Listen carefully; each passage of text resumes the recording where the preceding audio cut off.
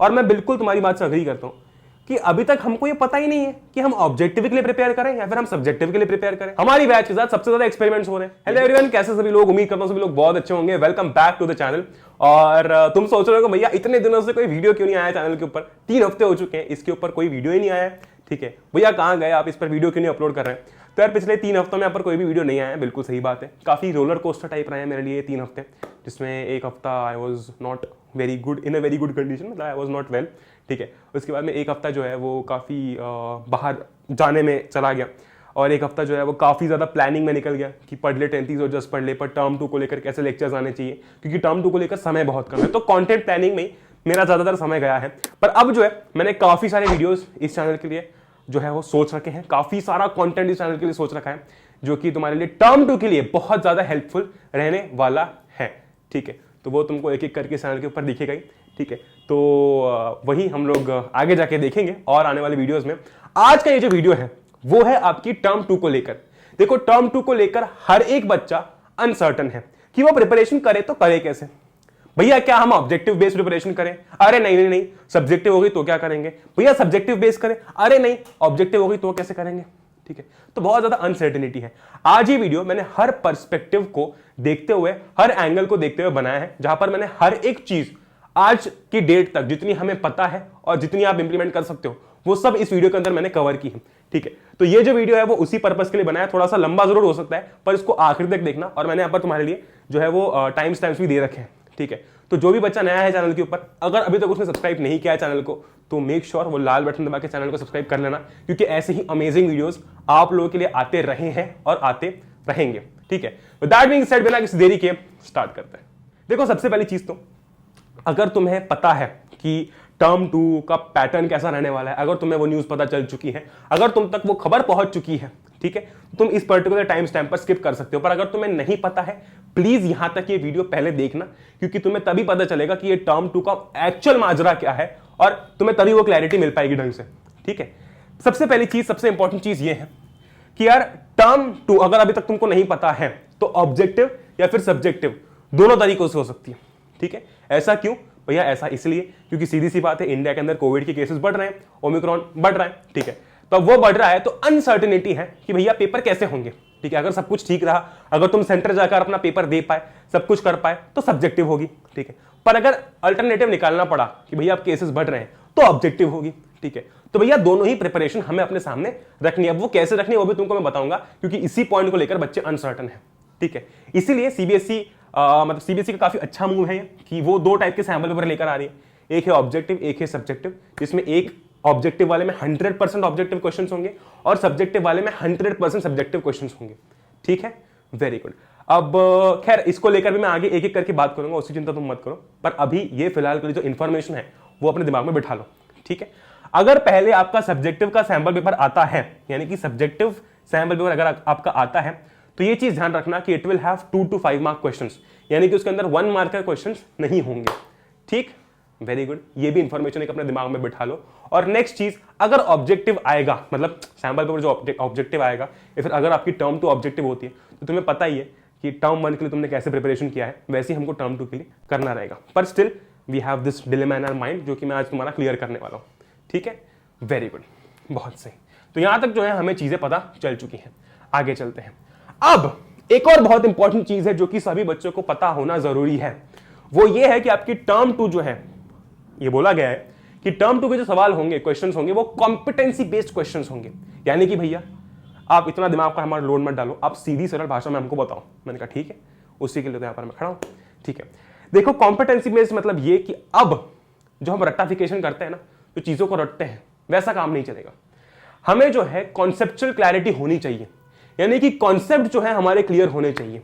ठीक है, तो यहां पर वही है कॉम्पिटेंसी बेस्ड मतलब कि यार कॉन्सेप्चुअल क्लैरिटी होनी चाहिए, यानी कि कॉन्सेप्ट अगर हमको पता है तो हम कोई भी सवाल सॉल्व कर पाएंगे बड़ी आसानी से। तो जो सवाल होंगे ना वो कॉम्पिटेंसी बेस्ड ज्यादा होंगे। जैसे कि तुमने देखा था केस बेस्ड क्वेश्चंस कैसे आया करते थे। ठीक है, उसके अंदर हमारा सीधा कॉन्सेप्ट लगता है, वो बना हुआ क्वेश्चन नहीं था, पहले कहीं हमने देखा भी नहीं था, पर वैसा सवाल आया। तो ऐसे टाइप के सवाल जो है आपको देखने को मिलेंगे, जिसमें आपको ज्यादा कॉन्सेप्ट लगाना पड़ेगा। ठीक है, बने बनाए या फिर रटे रटाए सवाल जो है थोड़े से कम हो जाएंगे। ठीक है, वेरी गुड, ये चीज जानना जरूरी है। भले ऑब्जेक्टिव पेपर हो, भले सब्जेक्टिव हो, क्रिटिकल थिंकिंग, एप्लीकेशन बेस्ड और कॉन्सेप्चुअल क्लैरिटी, ये तीन मैंने यहाँ पर टर्म्स लिख रखी है। आपको यहाँ पर थोड़ा सा सोच विचार करके जवाब देना रहेगा, क्योंकि अगेन कॉन्सेप्ट बेस्ड सवाल रहेगा, ठीक है। एप्लीकेशन बेस्ड मतलब वो क्वेश्चन या फिर वो कॉन्सेप्ट अप्लाई कैसे होता है वो पता होना चाहिए, और कॉन्सेप्चुअल क्लैरिटी होनी चाहिए, यानी कि हमारा पूरा कॉन्सेप्ट जो है वो क्लियर होना चाहिए, चाहे वो सब्जेक्टिव हो चाहे वो ऑब्जेक्टिव हो, ठीक है। तो यहां तक तो चीजें हमारी इंफॉर्मेशन को लेकर थी कि क्या होने वाला है, ठीक है। Very good. फिर भले ही वो शॉर्ट आंसर तो कुछ भी हो, मतलब हमें यहां पर कॉन्सेप्ट के साथ बिल्कुल भी खिलवाड़ नहीं करनी है। ओके, अब आती है मेन चीज। भैया कुछ बच्चों को इंफॉर्मेशन पता थी, कुछ बच्चों को अभी पता चल गई। जिन बच्चों को पता थी उनके दिमाग में एक सवाल है, और जिनको अभी पता चली है उनके दिमाग में भी एक सवाल है। वो सवाल क्या है? वो सवाल ये है कि भैया यार हम तो फंस गए ना, और मैं बिल्कुल तुम्हारी बात से अग्री करता हूं कि अभी तक हमको ये पता ही नहीं है कि हम ऑब्जेक्टिव के लिए प्रिपेयर करें या फिर हम सब्जेक्टिव के लिए प्रिपेयर करें। मतलब हमारा क्या, हमारी बैच के साथ सबसे ज्यादा एक्सपेरिमेंट्स हो रहे हैं। ये भी मैंने तुम्हारे कमेंट्स पढ़ लिए, ये भी मैंने तुम्हारी बात सुन ली कि हमारी बैच के साथ सबसे ज्यादा एक्सपेरिमेंट्स हो रहे हैं कि भैया टर्म 2 का पता ही नहीं है पैटर्न कैसा होगा। मतलब हम प्रिपेयर किसके लिए करें, यही चीज हमको पता नहीं है, और ये तुम्हारी प्रॉब्लम में बहुत अच्छी तरीके से समझ सकता हूं, ठीक है। पर मैं तुमको एक बहुत ही बेसिक सा एग्जांपल देता हूं, फिर हम लोग बढ़ेंगे एक्शन की तरफ कि कैसे भैया इस डिलेमा को, इस प्रॉब्लम को भगाना है, ठीक है। मुझे एक बात बताओ, हम जब आर्मी की बात करते हैं, हम जब सोल्जर्स की बात करते हैं, ठीक है, तो क्या आर्मी को यह पता होता है कि दुश्मन यहां से अटैक करने वाला है, या फिर क्या आर्मी को यह पता होता है कि दुश्मन इस तरीके से अटैक करने वाला है? भाई वो दुश्मन की स्ट्रैटेजी है, वो अपने हिसाब से कैसे भी अटैक कर सकता है, ठीक है। पर आर्मी को, हमारे सोल्जर्स को, हमारे सैनिकों को जो है वो तैयार रहना पड़ता है, तैनात रहना पड़ता है हर सिचुएशन के लिए, है कि नहीं? यानी कि सिचुएशन कितनी भी अनसर्टन हो, दे आर ऑलवेज प्रिपेयर्ड। उनको नहीं पता कि कहां से गोली चलेगी या फिर कहां से जो है वो अटैक होने वाला है, पर they are always prepared for any situation. अगर आपके पास में, ठीक है, अगर आपके पास में जो सिचुएशन है वो अनसर्टन है, ठीक है, अगर आपके सामने अनसर्टन सिचुएशंस हैं, तो आप अपनी साइड से हर सिचुएशन के लिए प्रिपेयर होकर जाओ, ठीक है। आप अपनी साइड से हर सिचुएशन के लिए प्रिपेयर होकर जाओ कि कोई भी सिचुएशन आए आप अपना 100% दे पाओ। अगर तुम्हें डर लगता है ना किसी चीज को लेकर, हमेशा उसका सोल्यूशन ढूंढो, ना कि सिर्फ उस डर को पकड़ के बैठ जाओ कि अरे अब मैं क्या करूंगा, ठीक है। और वो सोल्यूशन देने के लिए मैं हूं, अथर भैया खड़ा है यहां पर, तुमको बताएगा, ठीक है। आगे चलते हैं, फटाफट देखते हैं कि हम क्या कर सकते हैं। अब यार सबसे पहले तो हमें यह चीज पता होनी चाहिए, हमें यह चीज पता होनी चाहिए कि हम बार बार बोल तो रहे हैं, पर ऑब्जेक्टिव आए या फिर सब्जेक्टिव आए, हमें दोनों ही केसेस में प्रिपरेशन किन किन तरीकों से करना है, ठीक है। तो अगर ऑब्जेक्टिव हो सब्जेक्टिव हो, भाई कॉम्पिटेंसी बेस्ड होना है, तो सबसे पहली चीज कंप्लीट एनसीईआरटी रीडिंग, यानी कि कॉन्सेप्ट क्लियर करने के लिए पूरी एनसीईआरटी तो हमको दोनों ही केसेस में रीड करनी है, बिल्कुल, ठीक है। एनसीईआरटी हाईलाइट हमको दोनों केसेस में करनी है, क्योंकि तभी जाकर हम मेन इंपॉर्टेंट चीजों पर फोकस कर पाएंगे। वेरी गुड, ठीक है। Clear concept for term 2, clear concept for term 2, concepts हमारे दोनों ही केसेस में क्लियर होने चाहिए। ऐसा नहीं चलेगा कि मैं ऑब्जेक्टिव के लिए तो कुछ भी पढ़ के जा रहा हूं, पर सब्जेक्टिव के लिए पूरे कॉन्सेप्ट्स क्लियर करके जा रहा हूं, नहीं, दोनों ही केसेस मेरे कॉन्सेप्ट्स क्लियर होने चाहिए, ठीक है, ग्रेट।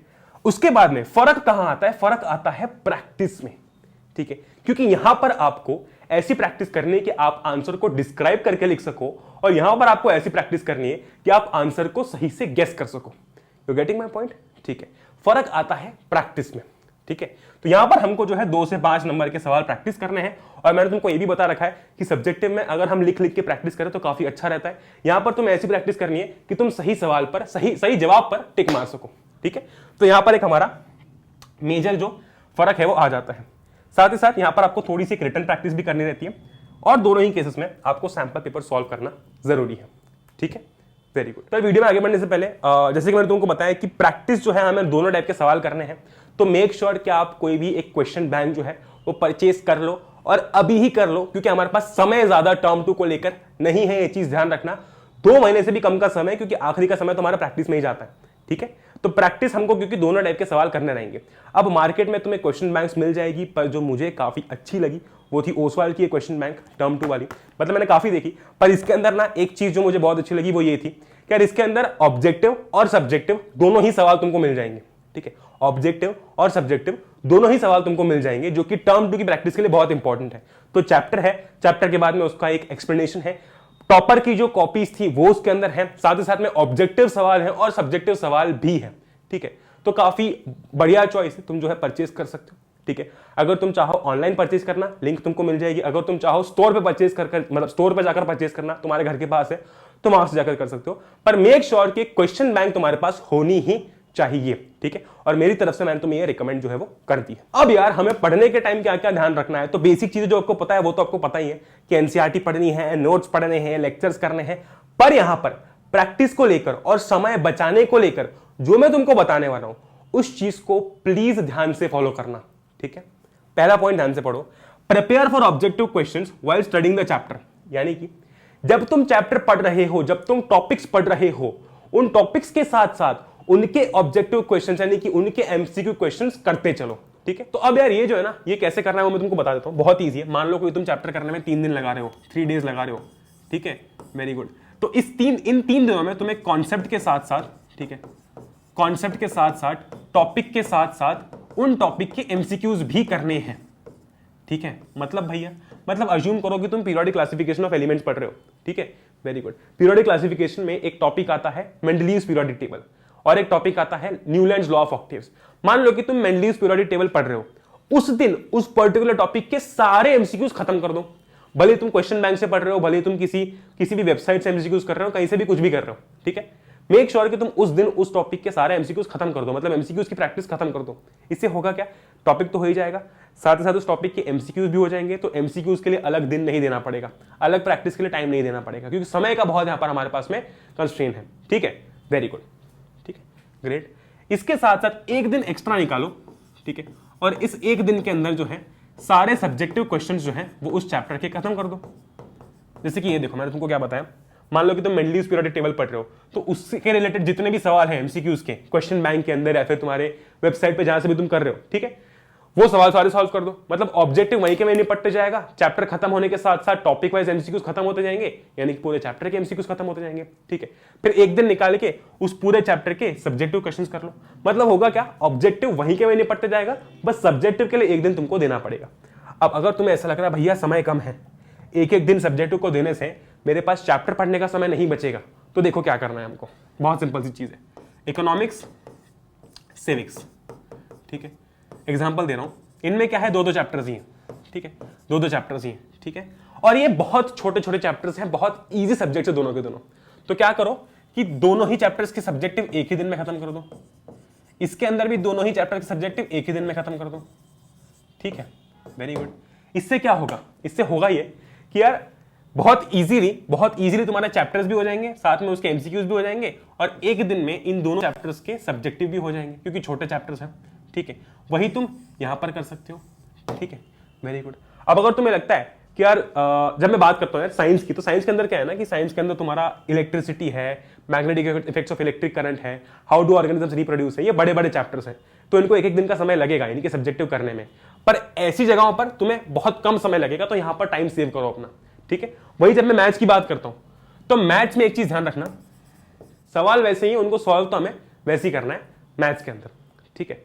तो ऑब्जेक्टिव हो सब्जेक्टिव हो फर्क नहीं पड़ता, सब्जेक्टिव में थोड़ा सा फर्क पड़ सकता है क्योंकि यहां पर आपको आंसर लिखना रहेगा। तो जो भी क्वेश्चन सॉल्व करो उसका एक बार सॉल्यूशन जरूर देख लेना, ठीक है, कि इसको सॉल्व कैसे किया गया है, पेपर पर लिखा कैसे गया है, क्योंकि उसी के नंबर रहेंगे, ठीक है। तो यहां पर तुम्हें ज्यादा दिक्कत नहीं आएगी, क्योंकि इसके अंदर तुम्हें सॉल्व ही करना रहेगा। तो सॉल्व करना तो तुम्हें ऑब्जेक्टिव में भी पड़ेगा और सब्जेक्टिव में भी पड़ेगा, तो उस अकॉर्डिंग अपनी प्रिपरेशन रखना। सवाल सॉल्व करोगे ना तो सवाल अच्छी तरीके से सॉल्व करना, थोड़ा सा ऐसे नहीं कि फालतू मजाक में सॉल्व कर दिया, थोड़ा अच्छी तरीके से सॉल्व करना। मतलब होगा क्या कि ऑब्जेक्टिव की प्रिपरेशन तो होती रहेगी, साथ ही साथ सब्जेक्टिव में अगर लिखने को आया तो तुम उसका आंसर लिख भी सकते हो, क्योंकि तुमने सॉल्व ढंग से किया था, ठीक है। सो दैट इज इट यार। अगर तुम चाहो तो मैं एक बढ़िया सा प्लान तुम्हारे लिए लेकर आ सकता हूं। मैं प्लान कर रहा था कि तुम्हारे लिए लेकर आऊं, जिसके अंदर तुम्हें सब कुछ डिवाइस तो नहीं, खैर प्रॉपर प्लानिंग मिल जाएगी, कौन सा चैप्टर किसके साथ कर सकते हो और कौन से चैप्टर को कितना समय देना है, जिससे कि तुम्हारी प्लानिंग सही हो पाए और इन 2 महीनों के अंदर टर्म 2 की प्रिपरेशन अच्छी हो पाए।